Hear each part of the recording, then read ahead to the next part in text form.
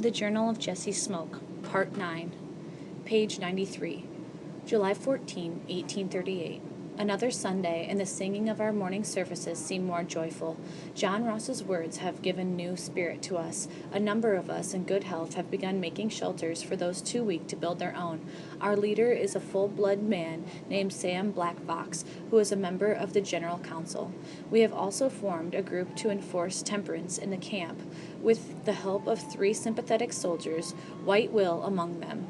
The whiskey traders were ejected from the compound this morning. Since the traders were white men, we Cherokee were unable to force them out. One whiskey trader tried to stand his ground, but the 3 soldiers gave the man a good beating. All his jugs were smashed. The 2 other traders escaped as quickly as they could in their wagon. I think they will not come back soon. July 16, 1838. I was not well. I woke 2 days ago coughing and spitting blood. It frightened me. I have seen this happen to others just before they gave up to the ghost. Mother remained calm and soothed me. The wound in my jaw, where my teeth were knocked out, has begun to bleed. The blood was clean, she said. I would be weak for a spell, but I could be healthy again in a day or so. Then she fed me soup and made me greens she gathered. Today I feel strong. For the first time since I was struck with the gun butt, my jaw does not ache. A party of a dozen Cherokee, mostly men, came in today from the hills to the east. They received the call from John Ross to surrender. All were well armed and gave up their guns to soldiers with the promise that their weapons would be returned as soon as they were safely on the other side of the Mississippi. July 19, 1838. John Ross has called for a General Council meeting on July 21st. General Scott has approved it. He is allowing parole to a few Cherokee men chosen by our people to represent us. They may leave the camps if they pledge to only attend the meeting at Ocoee Stockade and then return. Scott has learned that though a Cherokee might run away when he has the chance, he will never break his word. Among those in camp who will go to the Ocoee is Sam Black Fox. He has asked me to accompany him as his secretary. July 22nd, 1838. My heart is full. Though in bondage, we are yet a nation. Our people resolved at the Ocoee that the business of immigration would be undertaken by our nation. Chief John Ross will be the superintendent. He will negotiate with Washington to obtain funds to pay for the journey of 800 miles that will take 80 days to complete. I did not speak in the council since I was only there attending as a clerk. However, my mother saw that I was well dressed for the occasion. In the camp, our clothes have been reduced to rags. Some of our people are almost naked, living without proper shelter and with no easy means to wash ourselves. Our laundry has been hard upon our garments. It is not uncommon to see shirts and dresses made of blankets and various pieces of cloth sewn together. Somehow, with the help of others who heard I would go to Red Clay, proper clothing was put together for me. I was given a blue and white shirt. Though a size too large, it was without a single patch or tear. Someone supplied a beautiful piece of red patterned cloth that I wore about my head in a Cherokee turban. For many years now, the turban has been a favorite head covering for the Cherokee men. Some white men see our turbans as proof of their theory that our ancestors came from far across the ocean to the east and that we were descendants of the Hindus. They have also credited us as one of the missing tribes of Israel, a nation of wandering Jews. When I spoke of those theories to Feeler, he laughed for a long time. When I emerged from our little lean-to of poles and blankets, I found Sam Black Fox waiting. He looked me up and down and nodded in approval. He, too, was well dressed. Also, he had found 4 turkey feathers to place in his turban. We walked towards the gate and opened it before us. For the first time in many weeks, I found myself looking at the horizon and not through the rough wooden walls of the stockade. I felt quite giddy, but managed not to stumble. A wagon had been loaned by the army to convey us to the Red Clay and back again. The horses, however, were balking and unruly. Upon seeing that, Sam Blackford climbed up onto the seat and requested the driver to climb down, which he did. Then Sam Black Black Fox then took the reins and made a clucking noise with his tongue.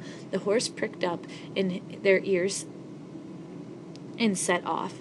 It was a surprise to some of the soldiers who were watching, but it was no surprise to me. The wagon was a Cherokee wagon. The horses were Cherokee horses. Before he was taken from his home and stripped of all he owned, the wagon and the horses belonged to Sam Black Fox.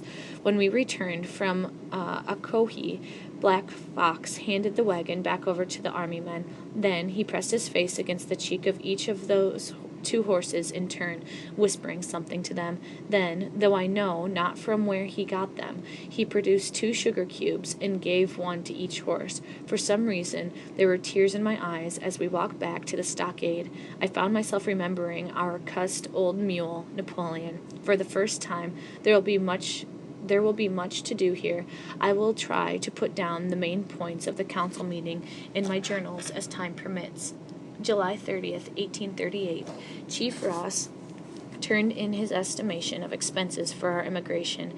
It amounts to about $65 per person to remove the remaining 12,000 of our people who are in the stockade camps. Thus far, General Scott has informed him that the Army has spent $600,000 for expenses of feeding and housing us and for the spring removals. This $600,000 has already been deducted from the monies set aside to pay us for the land in the Treaty of New Echoa. The cost of immigration will also be deducted from the treaty's money. All of this information has been made public by the Superintendent Ross by the General Council. August 2nd, 1838. General Scott has agreed that horses, oxen, and wagons could be provided for our removal. He said that 1 wagon and 5 saddled horses for each 20 people would be satisfactory. There would be among the Cherokee at least 500 strong men, women, boys, and girls capable of marching 12 to 15 miles a day. An exercise would be good for them. That's what Scott said. August 3rd, 1838. John Ross responded to Scott's offer. The chief pointed out that our wagons will be loaded heavily with cooking utensils, bedding, and other items needed for 20 people. With that weight, no more than a few people could be hauled. Scott agreed to this logic. There shall be at least 1 team, 1 wagon, and 6 riding horses for every 15 people. August 8, 1838. Have just returned to Camp Cherokee after 2 days away. A number of us have been given parole to gather horses and wagons for immigration. Some of the agents sent out to gather the necessities for our immigration and independent contractors or with the Army, but they have also allowed some Cherokee passports to take part in this effort as long as we have at least 1 white soldier accompanying us. Most of our agents must buy back property and livestock taken from us illegally. The brother of Chief Ross, Lewis Ross, was handling all of the monies for the immigration, and we have been given a budget to obtain a passport. Each horse is being branded with the letters CN, that stands for Cherokee Nation. Despite the fact that our immigration cannot begin until the fall, General Scott insists that our people remain in the camps. There is enough food to keep us from starving. There are now a few more blankets, but there is still much suffering. There is no good sanitation for so many people, although pit latrines have been dug away from the walls, and there is always a bad smell from human waste and from sickness. While I was away, 8 more people died in Camp Cherokee. Among the dead were the sister and the infant son of Sam Black Fox, who led our party. August 9, 1838. Hard work this past Tuesday and Wednesday. Reverend Bushyhead had been given permission to move the Cherokee Baptist Church. The white man, who is the owner of the land, wants no church upon it, but has shown some decency by allowing the Reverend to take what he can of it to Indian Territory. If it were possible, Reverend Bushyhead would take every stone, shingle, and board, but he has decided to be content with taking only those things most easily portable. The sole exception is that which caused us such labor. We had been removing the heavy beams, all 6 of them. They shall hold up the roof of the Cherokee Baptist Church when it rises again on our new lands.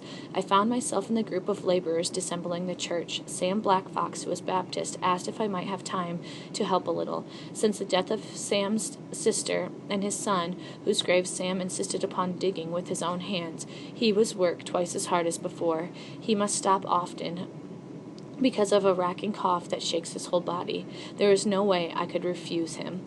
The white soldiers who went with us as our guards also joined in the labor. Though the soldiers at some of the camps have been cruel to our people, more often than not, I have found them to be decent men, like my friend White Will. Though some were stern at us at first, they now appear to have grown to like us or respect us. Many, in fact, are quite ashamed of what is being done to the Cherokees. By the end of the second day of our labors, Reverend Bushyhead, who rolled up his sleeves and worked beside us, was joking with me. My name should not be the same as his, he said. Rather than Jesse, I should be renamed Samson, for my strength was helping to bring down the temple.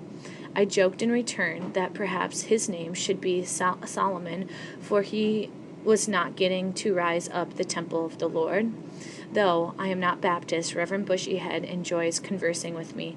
I know the Bible as well as any, and he is one who enjoys intelligent conversation. Only a week ago we had a lively discussion on the supposition that Christ could not have been a white man, but must, in fact, have been Indian, or at the very least, one whose spirit was more like that of our own people. Few white men seem to value generosity over possessions of material things.